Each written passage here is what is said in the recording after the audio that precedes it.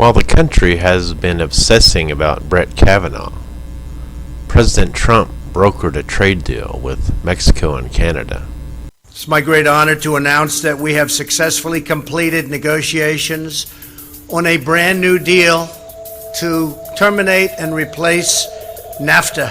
While Trump claims the deal is new, many are reluctant to put much stock in that claim. That is, many economists see the deal as just the North American Free Trade Agreement under a new name. Trump made sure to call the deal something different than NAFTA, which he has claimed to be the worst trade deal in history.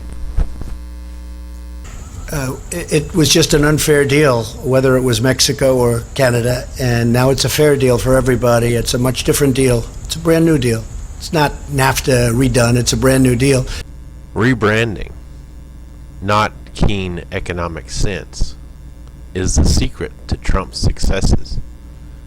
Many a financially struggling property has found renewed success once it adorned the Trump moniker, which is an amazing marketing accomplishment of Trump's. For example, 17 properties in Manhattan adorn the Trump name, while Trump only actually owns 5 of them. Marketing, not economics, is Trump's genius. So it looks like NAFTA is in the end going to survive the Trump presidency.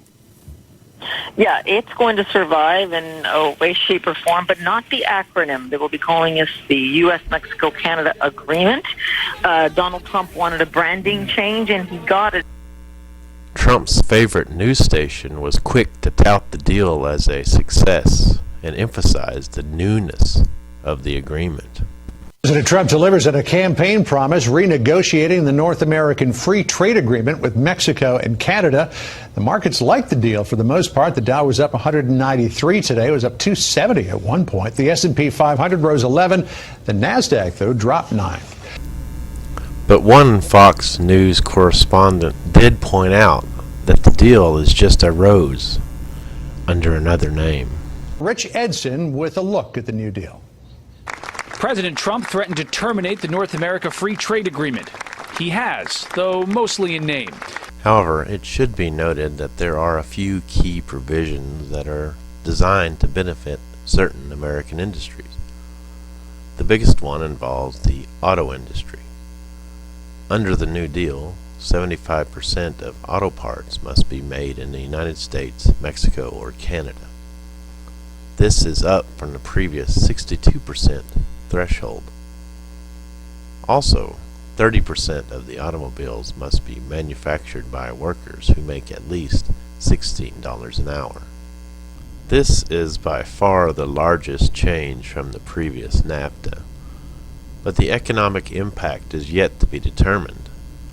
Many feel that this may result in higher consumer prices and may make North American autos less competitive in world markets.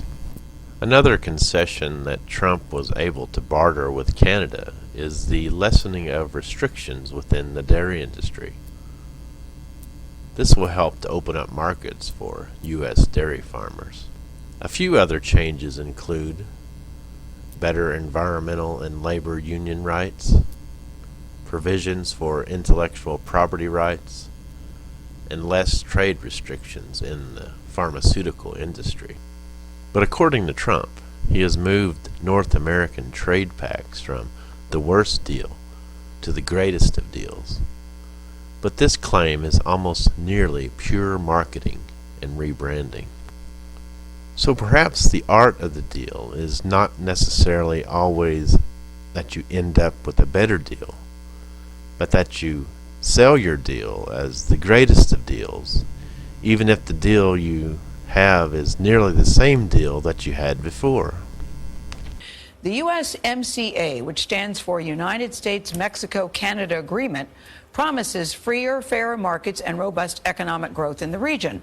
President Trump called it a great deal for all 3 countries this morning.